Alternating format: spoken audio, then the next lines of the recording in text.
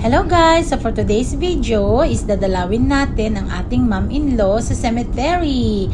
At hindi lang yun guys, dadala natin siya ng flowers at magpapasalamat din pala tayo sa kanya. Yes, tama po kayo nang narinig. Kasi kahit nasa heaven na siya, ay hindi pa rin siya nagsasawang bigyan ako ng gift. Meron siyang gift sa atin at ipapakita natin yun sa kanya.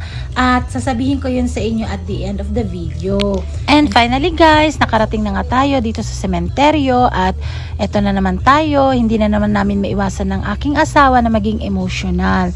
Well, tanggap naman na namin na wala na yung aking mom-in-law, pero kapag nandito kami, yung bang nakatayo kami sa kanya at kinakausap namin siya, hindi namin maiwasan na maalala yung mga good memories nung buhay pa siya. Kaya yun ang nagiging dahilan kung bakit kami ay napapaiyak or umiiyak.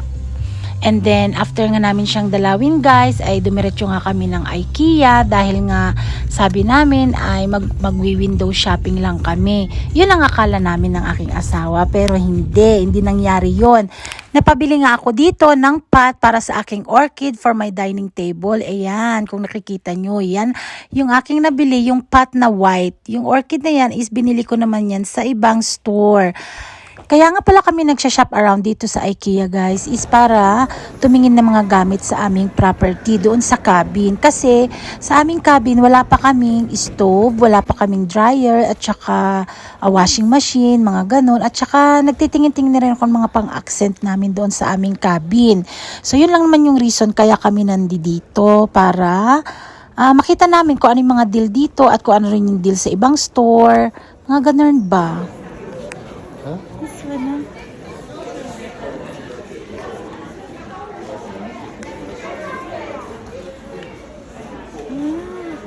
I like something like this setup, you know? It's all in one. I know. At dito nga guys ay pinapakita nga sa akin ng aking asawa yung fridge kasi nakasale siya from 1,000 or 999 is nag-drop siya sa 399. So yan yung kanyang pinapakita sa akin. Pero hindi kasi ganyan yung fridge na gusto ko eh. Gusto ko kasi yung pang small spaces kasi yung aming cabin is hindi naman siya ganun kalaki yung kitchen. Kaya gusto ko yung mga pang small space na fridge. At meron akong nakitang ganun at mas mahal nga kesa dyan sa tinuturo ng aking asawa. So fast forward na nga tayo guys. Kung makikita ninyo yung video na yan, nakikita nyo naglalakad yung aking asawa. Yan nga yung time na pumunta kami sa jewelry store para orderin yung ring na gusto ko. Ang nangyari kasi nito is nagpaalam ako sa aking asawa para ibenta yung mga old gold jewelries ng aking mom-in-law na hindi ko naman pwedeng suotin dahil medyo old style na nga yung itsura.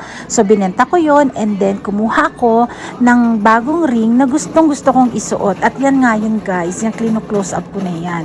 So yan ay matagal ko nang binabalik-balikan dyan sa store na yan.